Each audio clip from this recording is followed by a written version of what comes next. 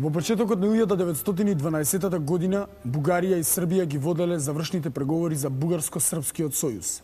На 29 февруари во Софија бил потпишан Бугарско-српскиот договор за сојуз со таен додаток. Со тајниот додаток предвиделе заедничко започнување на војната по претходна согласност од Русија и воспоставување на заедничка власт, кондоминиум, на освоената територија до 3 месеци по заклучување на мирот. За Македонија, представена само како територија меѓу Шар планина и Егејско море, договориле поделба. Србија ја добила територијата до линијата од Голем врв кај Крива Паланка до Охридско езеро.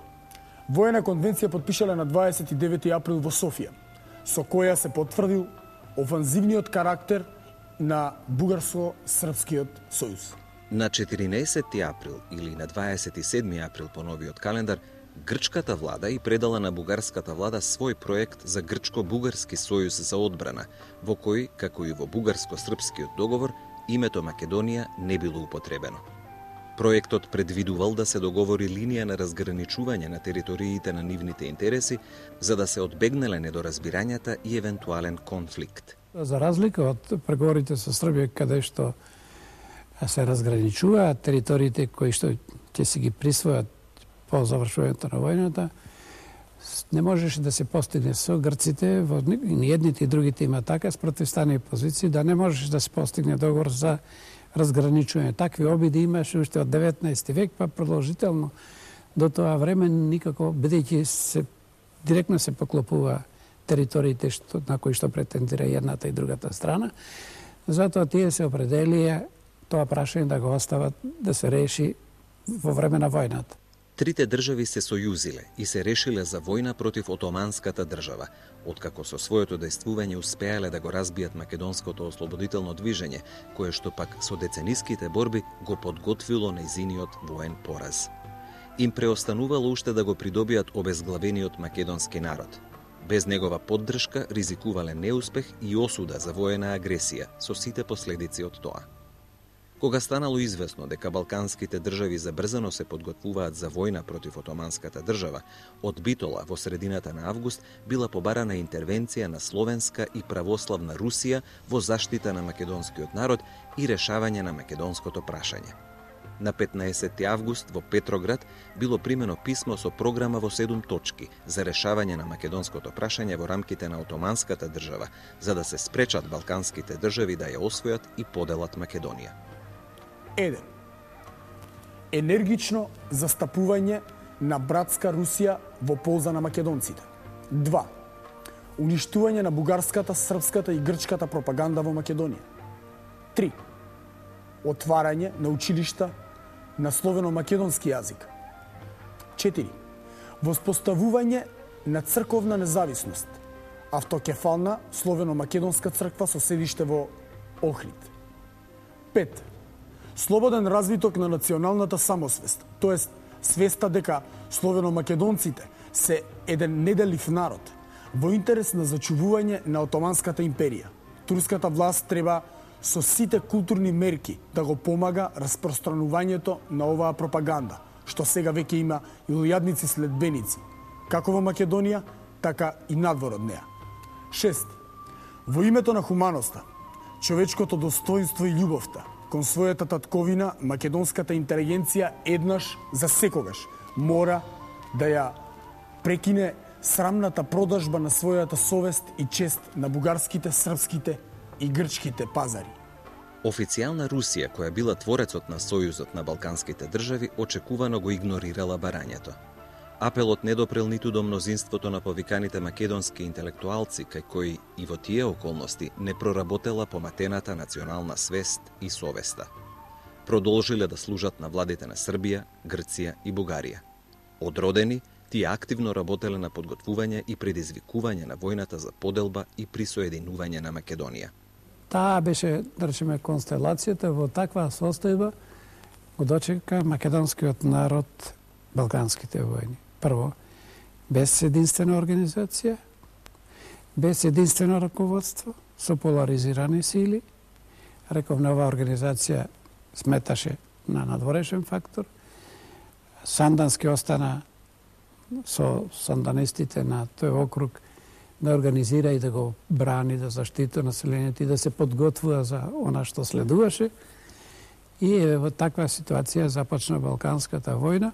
Пред почетокот на војната, трите држави во Македонија имале уфрлени вооружени чети, бројно засилувани со пропагандно мобилизирање на македонската емиграција и македонците на привремена работа, печалбарите, чии семејства биле во Македонија, за извршување диверзии, а по започнувањето на војната, вооружени акции во заднината на отоманската одбрана за неизинот дезорганизирање, како и други задачи според потребите и барањата на командите на армиските сили на сојузниците. Пред почетокот на војната, најбројни биле четите формирани од ВМРО на Тодор Александров, предводени од врховистичките војводи кои се бореле за бугарските државни интереси, но и војводи македонски револуционери – Крсто Гермов, Шакир, Георги Занков, Михаил Чаков, Дјакон Евстатиј и други, кои, како и местните чети на целата територија на Македонија, се бореле за ослободување и државна самостојност на Македонија.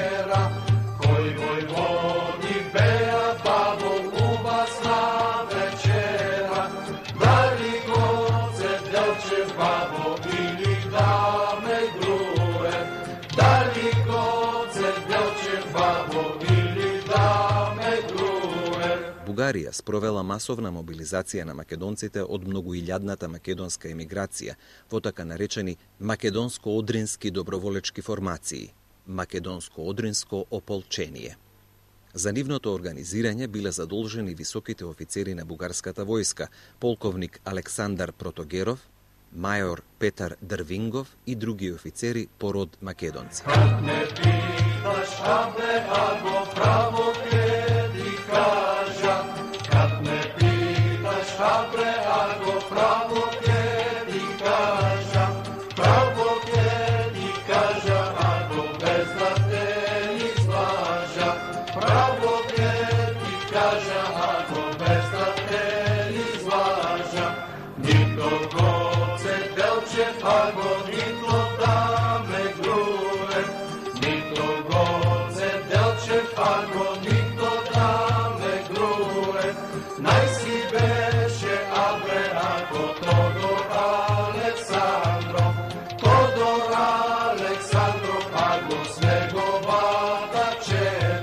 Бројната состојба достигнала 146.700 доброволци, македонци од сите краеви на Македонија, бугари од Одринско и ерменци од нив 12.000, а според српски податок 13.000 македонци. Македонските доброволци биле обврзани на заклетва за верност на Бугарија, на бугарската татковина и на бугарскиот цар. Македоно-одринската доброволечка армија била упатена да се бори на Тракискиот фронт, се пробиле до Галиполскиот полуостров и Мраморното море. Владите на сојузените балкански држави презеле тактички маневар за да ги прикријат вистинските цели и да го манипулираат македонскиот народ и на 30 септември или на 13 октомври 1912 година со колективна нота ултимативно побарале од отоманската влада спроведување на член 23 од Берлинскиот договор од 1878 година, под што се подразбирало обезбедување политичка автономија на Македонија. Во подкрепа на тоа, како и за придобивање на јавното мислење во прв ред во своите земји, по спроведувањето на мобилизацијата на нивните армии, објавиле дека влегуваат во војна за ослободување на браќата христијани од власта на муслиманската отоманска држава. Со силната пропаганда во печатот и на јавните собири, особено во Бугарија, за ослободителна војна, уште повеќе повлијаеле македонскиот народ да се определи не само за сестрана поддршка, туку и за масовно учество во војната на сојузниците. Македонскиот народ во тоа време бил без своеводство. Во Македонија немало македонска револуционерна организација што ќе ги обедини разбиените сили за обновување на единственото македонско ослободително движење, да се наметне и да учествува како самостоен фактор во предстојните судбоносни настани. Македонскиот народ, иако не организиран, без свој политички сериозен самостоен субјект, да се разбере за самостоен, го дочека, меѓутоа верувајќи дека војната ќе се води за ослободувањето на отоманската држава, зеде и масовно учество. Се формира од местните војводи и другите чети, доброволечки чети, кои што активно делуваат на теренот, уште пред да почнат навлегувањето на сојузничките војски на територијата на Македонија.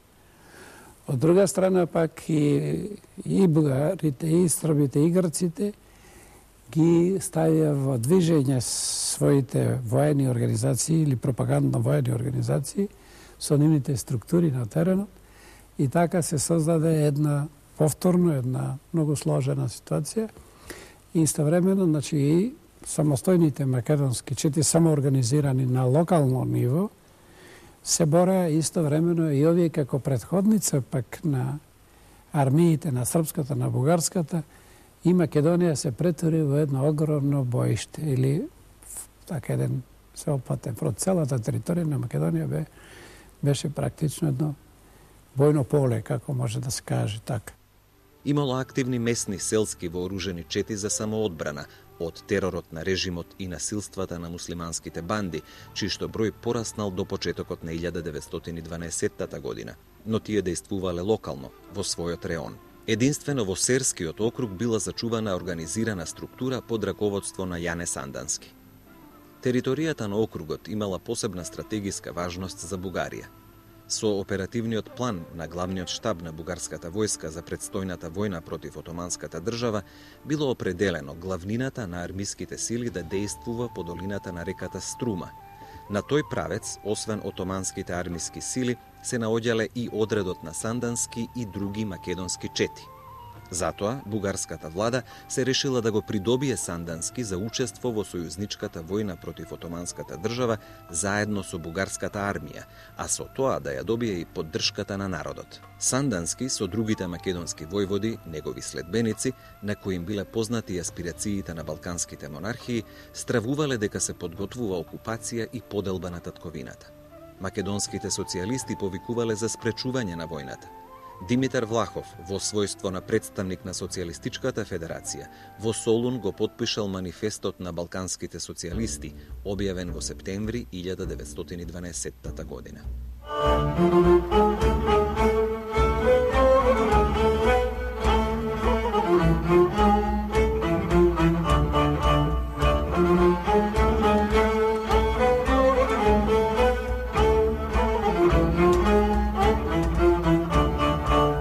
Македонија состојбата станувала неодржлива, со политиката на младотурскиот режим за отоманизација, со масовното колонизирање на муслимански доселеници, мухаџири од Босна и Херцеговина и ескалацијата на муслиманскиот фанатизам. Многу пред тоа сватиле дека било нереално нивното очекување од сојузниците младотурци за политичко разрешување на македонското прашање во рамките на отоманската држава. Младотурците со својата политика покажале дека никогаш не сметале да воведуваат радикални реформи, демократизирање на државата, нејзина децентрализација, федерализација, а уште помалку автономија за Македонија, туку само преземање на власта за задржување на територијалната целост и унитарноста, со насилно спроведување на отоманизација.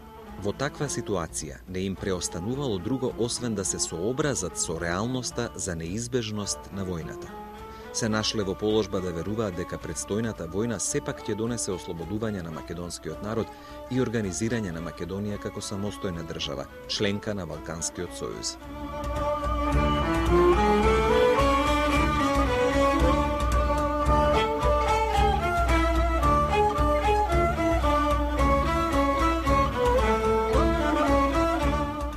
Целосно ја реактивирале организационата и воената структура во Серскиот округ, решени да се борат и со вооружените чети во внатрешноста како сојузничка страна да се изборат за ослободувањето на Македонија. Предлогот од бугарската влада, даден на Сандански за учество во војната на сојузниците, го прифатиле, со услов да дејствуваат самостојно. Се согласиле македонските чети да содействуваат, по потреба борбените акции да ги координираат со штабот на бугарската армија, што ќе дејствува на организационата територија во округот. Со тоа уште еднаш потврдиле дека ќе се борат за ослободување на Македонија како самостоен воен фактор. По постигнатата согласност со бугарската влада, Сандански со реонските раководители ги започнал организационите подготовки. Во јули одржале советување во Солун со учество на Јане Сандански, Тодор Паница, Александар Бујнов, Таско Серски, Георги Скрижовски и други. Била анализирана ситуацијата и реперкусиите за Македонија, пошто било потврдено договореното активно учество во војната. Сандански со својот одред се стационирал на планината Пирин, за оттаму да презема заштитни акции и да овозможи непречено организирање на четите и мобилизирање на селската милиција во округот. На почетокот на септември 1912 во Мелник се состанале на второ советување, на кое биле определени силите, нивното распоредување и стратегијата за дејствување. Била реактивирана целата организациона структура, по околии, реони и села. Реонските војводи биле задолжени за мобилизирање и борбената подготвеност на четите и селската милиција во своите реони. Сите чети се ставале под единствена команда на Јане Сандански, а за негов помошник бил определен војвода Георги Казепов. Во октомври во округот била спроведена целосна мобилизација на селските чети. Бугарската влада одново се активирала силите на Сандански да ги стави под контрола. Со планот било предвидено обединување на четите на Серскиот округ со четите на ВМРО на Тодор Александров, организирани во Бугарија за под единствена команда да дејствуваат во заднината на отоманските армиски сили. Врската била воспоставена од Христо Чернопеев преку Казепов. Сандански со македонските војводи одбиле таква комбинација, решени да дејствуваат самостојно. До почетокот на октомври, четите и селската милиција биле подготвени за дејствување. На 5 октомври, цели 2 седмици пред почетокот на војната на трите сојузнички армии, на 18 октомври 1912, силите на Серскиот округ ги започнале оружените акции на главните комуникации за онеспособување на патиштата и прекин на телефонските и телеграфските врски. Вооружените акции за кусо време прераснале во сенародна оружена ослободителна борба во планинските делови на округот. Се формирале селски и месни градски чети, предводени од месни војводи кои дејствувале и надвор од својот реон. Во долината на реката Струмешница била организирана селска милиција на македонското население од околу 700 борци, која на 19 октомври ги ослободила селата Иловица и Сушица. Вооружените борби се одвивале според утврдената реонизација. Дел од вооружените чети настапувал кон Неврокоп во правец на Драма, а другиот дел кон Мелник и Свети Врач. На 27 октомври со концентрирани сили бил ослободен градот Мелник. Веднаш потоа била разбиена единица на отоманската војска кај село Црвишта на излезот од Рупелската теснина, со што овозможиле пробив на бугарската армија. Областа од Кресненската до Рупелската теснина била целосно ослободена. Македонските чети ги ослободиле и областите околу Свети Врач и Сандански. На слободната територија била организирана македонска востаничка власт. По ослободувањето на Мелник, во одредот на војводата Александар Бујнов пристапиле околу 400 борци, а од подрачјето на Свети Врачко уште околу 370 борци. Во југоисточниот дел на Македонија, во одредот на Сандански, се присоединиле и се бореле и власи, евреи, дури и грци. Македонските чети продолжиле да дејствуваат настапувајќи во внатрешноста. Со своите дејства го пробивале патот и го олесниле продирањето на бугарската војска во Тракија и во Македонија. Борбените дејства биле координирани од штабот на бугарската 7-ма рилска дивизија. Македонскиот одред, предводен од Јане Сандански, се пробил до Солун. Влегол во Солун на 28 октомври, поздравен од маса македонци, власи, евреи и грци. Во градот влегол во исто време со влегувањето на бугарската конјичка единица, грчката војска под команда на принцот Константин, нешто подоцна и штабот на бугарската 7-ма армија со престолонаследникот Борис и кнезот Кирил, придружуван и од Тодор Александров со бугарски офицери по род македонци. Грчката влада пред влегувањето на грчката војска именувала гувернер на окупираниот дел на Македонија со седиште во Солун, кој што во тоа време фактички бил под управа на странските конзули, односно на францускиот конзул. Гувернерот Константин Рактиван во Солун влегол на 30 октомври под француска заштита, со брод под француско знаме. Формалното предавање на градот на грчката војска било извршено на 8 ноември од номиналниот командант Таксим Паша.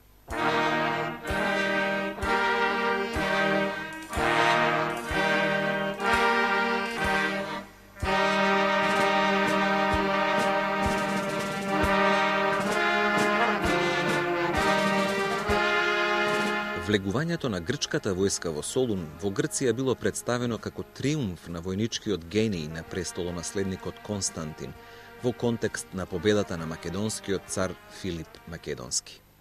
По тој повод, председателот на француската влада Реймон Поенкаре изјавил: "Сирота Македонија, сирот Филип Македонски."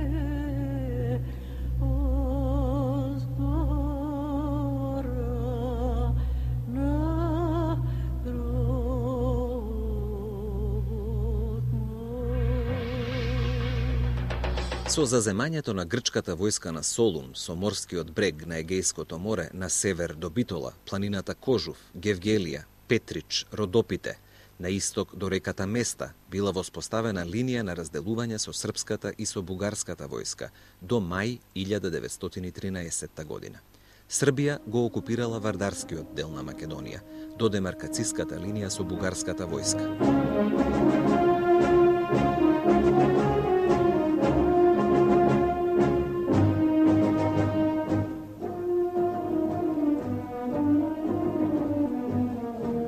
Македонци доброволци се бореле и во вооружените чети формирани во Србија, во Грција и во Бугарија.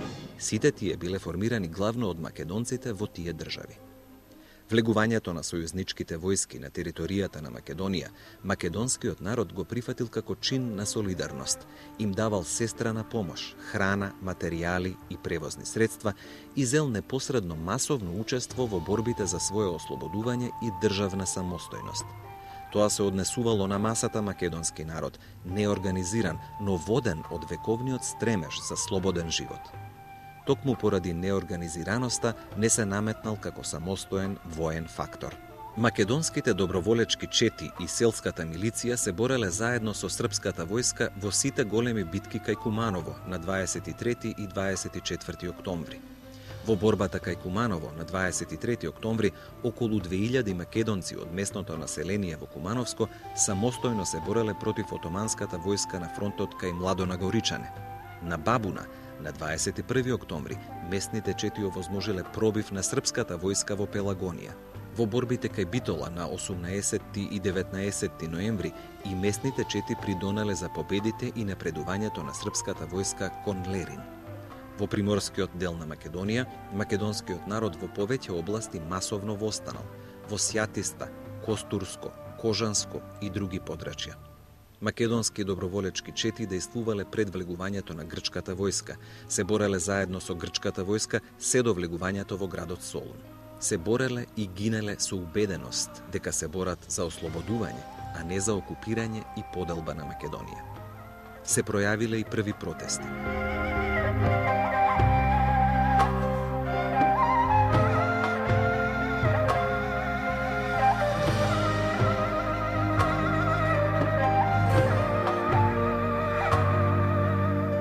Македонски интелектуалци во Солун му предале во декември 1912 писмени протести на таму пристигнатиот руски политичар и државник Павел Милјуков со барања за самостојна држава, единствена автономна Македонија. Во внатрешноста на Македонија била преземена конспиративна активност за одржување на конференција на македонските интелектуалци и револуционери од сите делови на Македонија за да договорат преземање акции по окупацијата од војските на балканските држави и за избор на македонска делегација на конференцијата за мир во Лондон. Конференцијата на македонските интелектуалци се одржала на 21 ноември или на 4 декември по новиот календар во 1912 година во Велес. Учествувале Петар Попарсов, Ризо Ризов, Александар Мартулков, Алексо Мартулков и затоа пристигнатиот од Петроград Димитрија Чуповски. На конференцијата било одлучено Ризов да отпатува во Солун, а потоа во Битола, оттаму да се преземат организирани активности за да се постави македонското прашање на дневниот ред на мировната конференција во Лондон и да се бара автономија на Македонија. На Чуповски му било дадено полномоштво македонската колонија во Петроград во Европа да ги представува македонските барања и да ги застапува интересите на татковината. Ризов отпатувал за Солун за да се сретне со македонските револуционери од Серскиот округ, со револуционерот Гемиџија Павел Шатев и други истомисленици. Серчани со Сандански веќе биле заминати од Солун. Воено-окупаторските власти презеле ригорозни мерки за спречување на актуализирањето на македонското прашање. Ризов во Солун бил спречен од бугарските експоненти со закани со убиства за повикување за автономија на Македонија. Ризов. Таму, во Солун, сакав да се сретнам со некои лица од серската група. Но тие, од разбирливи причини, се беа повлекле во своите реони. Го сретнав мојот пријател Павел Шатев, кому му ја изложив мојата намера. Тој со подготвеност ја прифати и вети да привлече и други лица. Си закажавме средба за следниот ден. Седам и чекам во кафеаната Олимпус.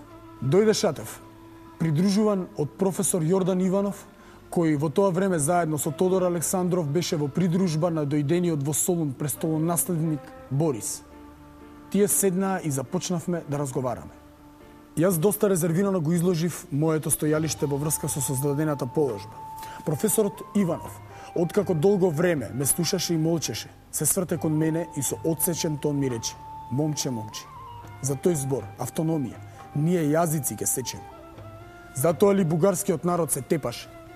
Затоа ли тој ја пролеваше својата крв, па сега вие да сакате автономија? Знајте дека ние само заради таа автономија во армијата сме пуштиле 20.000 детективи. Глави ќе паѓаат." Тука е интересна една анегдота која што се случила за време на банкетот по повод ослободувањето на градот Солун, кога Сандански наздравил за автономијата на Македонија, при што наишол на големо спротивставување, особено од страна на бугарските офицери. Значи, веќе во тој временски период се пречувствувало дека е можно да дојде до изневерување на тој идеал за ослободување на Македонија и дека балканските сојузници во суштина не се борат за слобода на Македонија, туку за нејзина поделба.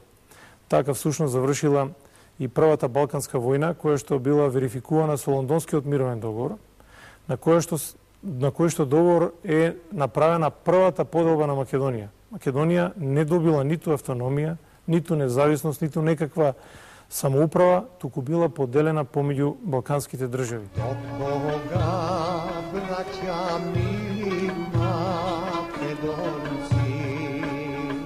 до кога ќе не тирани мачат, со мирните лаги, емтија страданија, во нашата мила земја. На почетокот на 1913-тата, началникот на штабот на Врховната команда на Српската војска издал наредба да се изврши попис на младинците во новоосвоените територии. Во јуни била извршена мобилизација во Велешко и во Прилепско. Бил формиран четнички одред, именуван Вардарски одред, под команда на војводата Василije Трбич. На Вардарскиот четнички одред му било наредено да ги ликвидира четите на ВМРО на десната страна на реката Вардар до Гевгелија. Во акциите учествувале и четите на српските војводи, по род македонци, Јован Бабунски, Јован Долгач и други чети. Така, многу македонци мобилизирани во единиците на српската, грчката и бугарската војска и во српски, грчки и бугарски чети на територијата на Македонија, меѓусебно се прогонувале и се убивале. Во Македонија, место ослободување, веднаш воспоставиле свој воено-окупаторски власти, кои што започнале со прогони, протерување на нелојалните, вршеле реквизиции на храна, одземање на добиток и трудово мобилизирање на населението и други присилни мерки применувани од окупатори во освоените земји. Отивие себе се сторите, преди 500 години, народната ни честна слобода, со ладивие Одред од 400 борци од составот на така наречените македонско-одрински доброволечки формации на 25 јуни извршил напад на предстражите на Српската Моравска дивизија. Нападот бил одбиен, но стратешката цел, предизвикување војна, била постигната. Дел од доброволечките единици во состав на бугарската армија на фронтот на реката Брегалница, според сведочењето на војвода Крсте Гермов Шакир, се побуниле. Утрото, на 30 јуни, бугарската војска извршила напад на позициите на српската војска на река Брегалница, со што започнала војната меѓу дотогашните сојузници. На Србија и се присоединиле Црнагора и Грција, а потоа и Романија и Турција влегле во војната против Бугарија. Македонците мобилизирани во армиите на завојуваните држави, спротивставени, меѓусобно се убивале за туѓи интереси. Започнал најтрагичниот период во поновата историја на македонскиот народ. Победниците во војната наметнале нова поделба на Македонија. Со Букурешкиот договор Македонија била поделена. Окупираниот приморски дел на Македонија со Солун го добила и анектирала Грција. Вардарскиот дел Србија, а најмалиот Пиринскиот дел и бил оставен на Бугарија. Во поделена Македонија, окупаторите со жестоки прогони ја спречувале афирмацијата на македонската самобитност. Македонскиот народ, од сојузниците за чија победа дал толку многу жртви, човечки, материјални, во очекување ослободување и создавање самостојна сојузничка држава Македонија, бил поделен и деноминиран, подложен на жестока денационализација за негова асимилација.